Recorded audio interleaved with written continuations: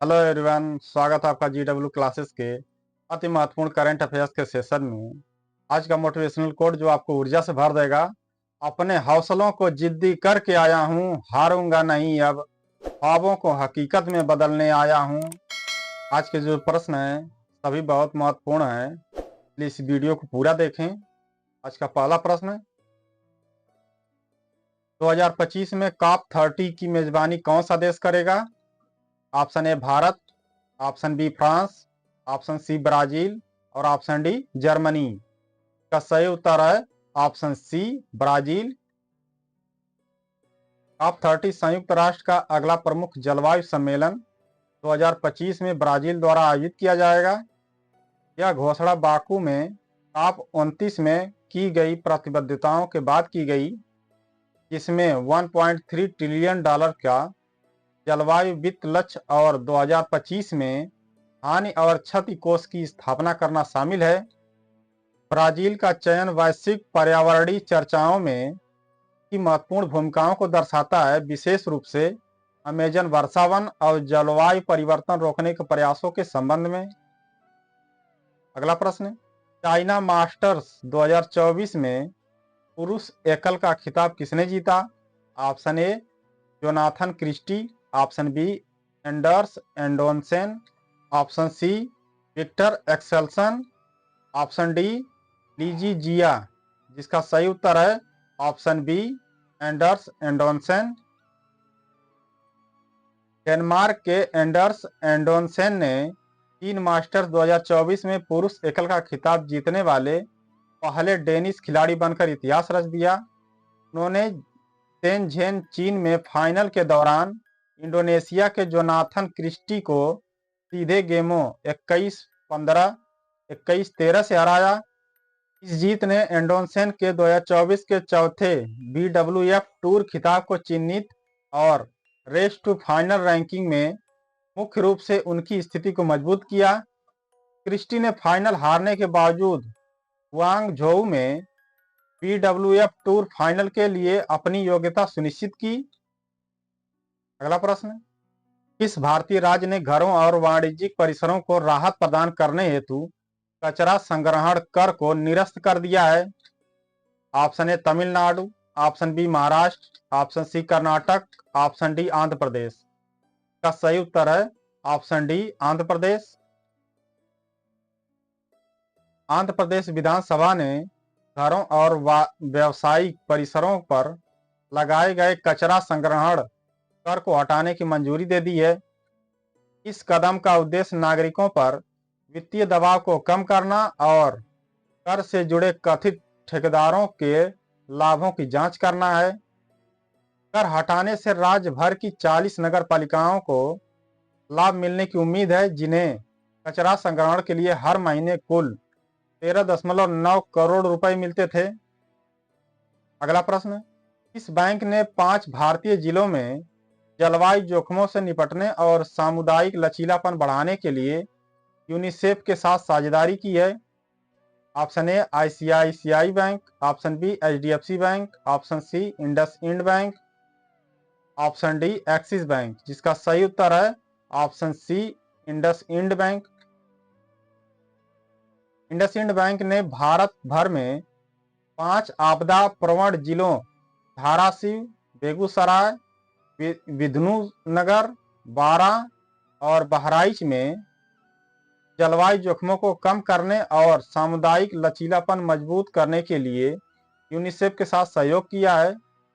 यह साझेदारी सामाजिक जिम्मेदारी और पर्यावरणीय स्थिरता के प्रति बैंक की प्रतिबद्धता को रेखांकित करती है, जो जलवायु परिवर्तन से निपटने और कमजोर समुदायों की रक्षा के लिए वैश्विक प्रयासों के साथ अपनी पहल को संरेखित करता है। अगला प्रश्न, इटली में ATP चैलेंजर टूर में पुरुष युगल का खिताब किसने जीता? ऑप्शन ए थियो एरिबेज और Francisco Cabral, option B N Sriram Balaji और ऋत्विक बोलीपल्ली, ऑप्शन सी अर्जुन कांधे और फ्रांसिस्को कैब्रल, ऑप्शन डी थियो एरिबेज और अर्जुन कांधे। इसका सही उत्तर है option B N Sriram Balaji और ऋत्विक बोलीपल्ली। एन श्रीराम बालाजी और ऋत्विक बोलीपल्ली ने इटली में एटीपी चैलेंजर टूर में पुरुष युगल स्पर्धा में जीत हासिल की। उन्होंने फाइनल में फ्रांस के थियो एरिबेज और पुर्तगाल के फ्रांसिस्को कैब्राल को हराया। यह जीत बालाजी के लिए विशेष रूप से महत्वपूर्ण थी क्योंकि यह उनका पहला एटीपी चैलेंजर टूर खिताब था, जबकि बोलीपल्ली ने अपना दूसरा खिताब हासिल किया। इससे पहले उन्होंने अर्जुन कांधे के साथ अल्माटी ओपन में जीत हासिल की थी। अगला प्रश्न, डॉक्टर जितेंद्र सिंह द्वारा लॉन्च किए गए विजन पोर्टल का प्राथमिक उद्देश्य क्या है? ऑप्शन ए वंचित युवाओं को सशक्त बनाना, ऑप्शन बी लेवेंडर की खेती को बढ़ावा दें, ऑप्शन सी भारत के स्टार्टअप इकोसिस्टम का विस्तार करना, ऑप्शन डी विशेष रूप से महिला उद्यमियों को फंड प्रदान करना। का सही उत्तर है ऑप्शन ए वंचित युवाओं को सशक्त बनाना। डॉक्टर जितेंद्र सिंह द्वारा उद्घाटन किए गए विजन पोर्टल छात्र नवाचार और आउटरीच नेटवर्क के लिए विकसित भारत पहल का उद्देश्य शिक्षा, कौशल विकास और स्थायी आजीविका के माध्यम से वंचित युवाओं को सशक्त बनाना है। इंटर्नशिप को वित्त पोषित करके और नवाचार को बढ़ावा देकर पोर्टल सैद्धांतिक शिक्षा और व्यवहारिक अनुप्रयोग के बीच की खाई को पाटता है। यह पहल विजन इंडिया 2047 के साथ जुड़ा है, जो समावेशी विकास पर ध्यान केंद्रित करता है और हाशिए पर पड़े समुदायों के लिए अवसर प्रदान करना है, जो भारत की तकनीक और उद्यमशीलता उन्नति में योगदान दे सके। अगला प्रश्न, वित्तीय सेवा संस्थान ब्यूरो FSIB ने इंडियन बैंक के अगले MD और CEO के रूप में इसे अनुशंसित किया है। Option A Ashish Pandey, option B SL Jain, option C Animesh Chauhan, option D Vinod Kumar. का सही उत्तर है ऑप्शन डी विनोद कुमार। वित्तीय सेवा संस्थान ब्यूरो FSIB ने पंजाब नेशनल बैंक के कार्यकारी निदेशक विनोद कुमार को इंडियन बैंक के अगले प्रबंध निदेशक और CEO के रूप में अनुशंसित किया है। वे SL जैन की जगह लेंगे, जो अगले महीने सेवानिवृत्त हो रहे हैं। यह अनुशंसा 15 उम्मीदवारों की एक कठोर चयन प्रक्रिया के बाद की गई है, जिसकी शुरुआत RBI द्वारा पहले नामित आशीष पांडे पर चिंता जताए जाने के बाद हुई थी। विनोद कुमार के अनुभव और साक्षात्कारों में उनके अच्छे प्रदर्शन ने उन्हें शीर्ष पसंद बनाया। अंतिम नियुक्ति कैबिनेट की नियुक्ति समिति द्वारा अनुमोदन के अधीन है। हाल ही में कौन सा बैंक अपनी जलवायु कार्रवाई प्रतिबद्धताओं को मजबूत करने के लिए कार्बन अकाउंटिंग फाइनेंशियल्स के लिए साझेदारी में शामिल हुआ? ऑप्शन ए भारतीय state bank, option B bank of Baroda, option C Punjab national bank और ऑप्शन डी HDFC बैंक। का सही उत्तर है option C Punjab national bank.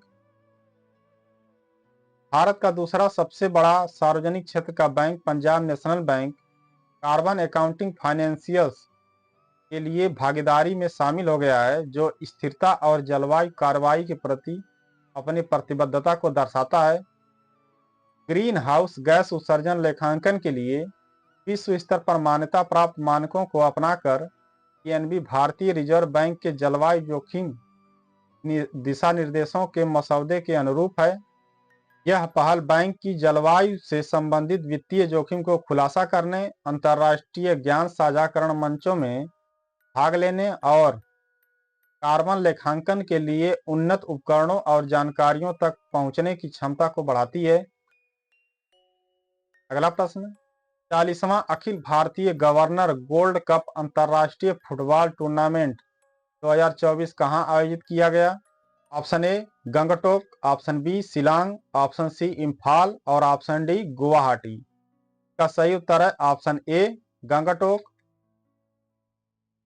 40वां अखिल भारतीय गोल्ड कप अंतर्राष्ट्रीय फुटबॉल टूर्नामेंट 2024 सिक्किम के गंगटोक में पलजोर स्टेडियम में आयोजित किया गया। सिक्किम फुटबॉल एसोसिएशन द्वारा आयोजित इस टूर्नामेंट में नेपाल, भूटान, दुबई और मलेशिया के 4 अंतर्राष्ट्रीय क्लबों सहित 16 टीमों ने हिस्सा लिया। North east United football club champion बनकर उभरा, जिसने इस क्षेत्र में फुटबॉल को बढ़ावा देने और अंतर्राष्ट्रीय खेल संबंधों को बढ़ावा देने में इस आयोजन के महत्व को उजागर किया। अगला प्रश्न, नाविका सागर परिक्रमा सेकंड अभियान में फ्रीमैंटल ऑस्ट्रेलिया से लिटिलटन न्यूजीलैंड तक की यात्रा के लिए इस्तेमाल किए गए जहाज का क्या नाम है? Option A INSV Tarini, option B INSV Mhadei, option C INSV Sudarshini, option D INSV Ujjwala. का सही उत्तर है ऑप्शन ए INSV तारड़ी।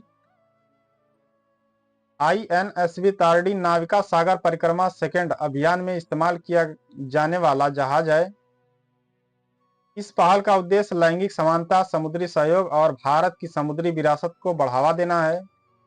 अभियान के दूसरे चरण के दौरान जहाज ने ऑस्ट्रेलिया के फ्रीमैंटल से न्यूजीलैंड के लिटिलटन तक 3400 समुद्री मील की यात्रा की, जिसमें भारत की समुद्री शक्ति का प्रदर्शन किया और की वैश्विक पहुंच को उजागर किया।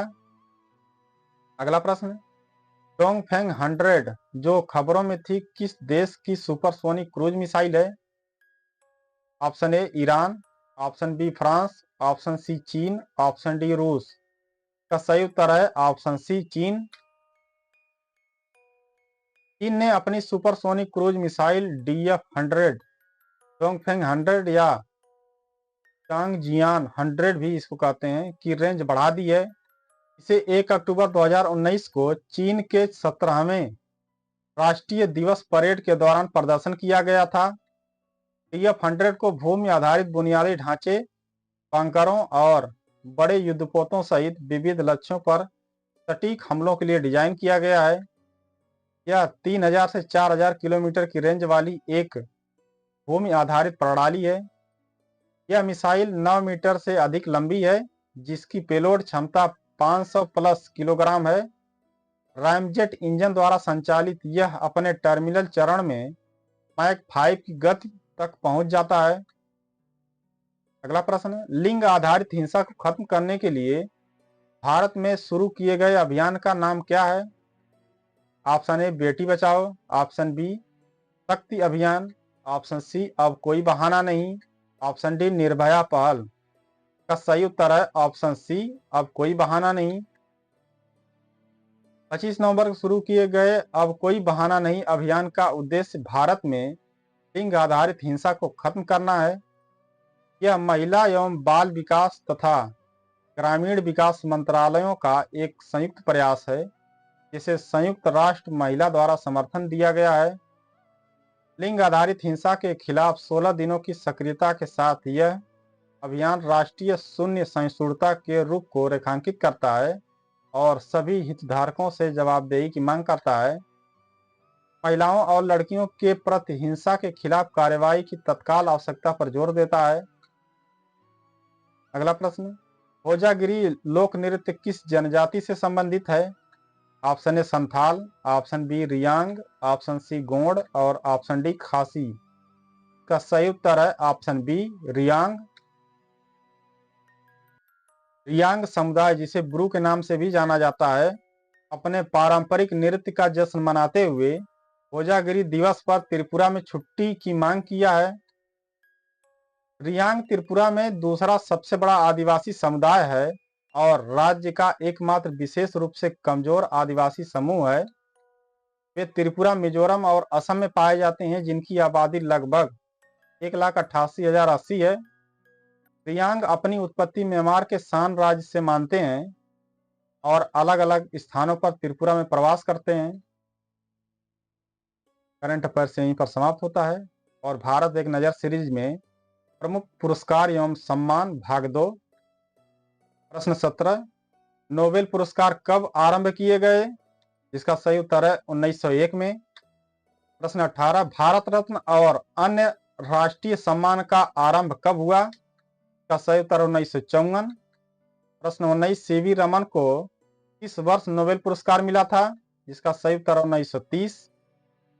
प्रश्न 20, मैन बुकर पुरस्कार के लिए किन देशों के लेखकों पर विचार किया जाता है, का सही उत्तर है राष्ट्रमंडल और आयरलैंड के अंग्रेजी के लेखकों को, की शुरुआत 1969 में हुई। प्रश्न 21, अर्थशास्त्र में नोबेल पुरस्कार किसने स्थापित किया था, इसका सही उत्तर है स्वीडन का सेंट्रल बैंक। प्रश्न 22, ज्ञानपीठ पुरस्कार प्राप्त करने वाली पहली महिला कौन थी, का सही उत्तर है आशा पूर्णा देवी। प्रश्न 23, के बिड़ला फाउंडेशन द्वारा 1992 में साहित्य के क्षेत्र में श्रेष्ठ योगदान के लिए इस सम्मान की स्थापना की गई, का सही उत्तर है सरस्वती सम्मान। प्रश्न 24, व्यास सम्मान किस क्षेत्र में दिया जाता है, का सही उत्तर है साहित्य। प्रश्न 25, तानसेन सम्मान किस राज्य सरकार ने शुरू किया है, का सही उत्तर है मध्य प्रदेश। प्रश्न 26, दादा साहब फाल्के पुरस्कार सर्वप्रथम किसे मिला, इसका सही उत्तर है श्रीमती देविका रानी। प्रश्न 27, मैग्सेस पुरस्कार से सम्मानित होने वाली प्रथम भारतीय हैं, का सही उत्तर है आचार्य विनोबा भावे। प्रश्न 28, रविंद्रनाथ टैगोर को साहित्य के क्षेत्र में किस वर्ष नोबेल पुरस्कार दिया गया, जिसका सही उत्तर है 1913 में। प्रश्न 29, सीवी रमन को किस वर्ष नोबेल पुरस्कार दिया गया, इसका सही उत्तर है 1930। प्रश्न 30, प्रोफेसर अमर्त्य सेन को किस वर्ष अर्थशास्त्र का नोबेल पुरस्कार दिया गया, जिसका सही उत्तर है 1998 में दिया गया था। प्रश्न 31, सुब्रमण्यम चंद्रशेखर को किस क्षेत्र में नोबेल पुरस्कार मिला था, इसका सही उत्तर है भौतिकी 1983 में। प्रश्न 32, अर्थशास्त्र के क्षेत्र में नोबेल पुरस्कार इस वर्ष से प्रदान किए जा रहे हैं, इसका सही उत्तर है 1969 से। आज का सेशन यहीं पर पूर्ण हुआ। मित्रों, अगर वीडियो पसंद आई हो तो वीडियो को लाइक करें, चैनल को सब्सक्राइब करें और वीडियो को ज़्यादा से ज़्यादा शेयर करें। और इस वीडियो के बारे में अगर कुछ सुझाव है तो कमेंट अवश्य करें। और चलते चलते खुद को व्यस्त नहीं व्यवस्थित कीजिए, सफलता का यह पहला मंत्र है। पूरा वीडियो देखने के लिए बहुत बहुत धन्यवाद। जय हिंद, जय भारत।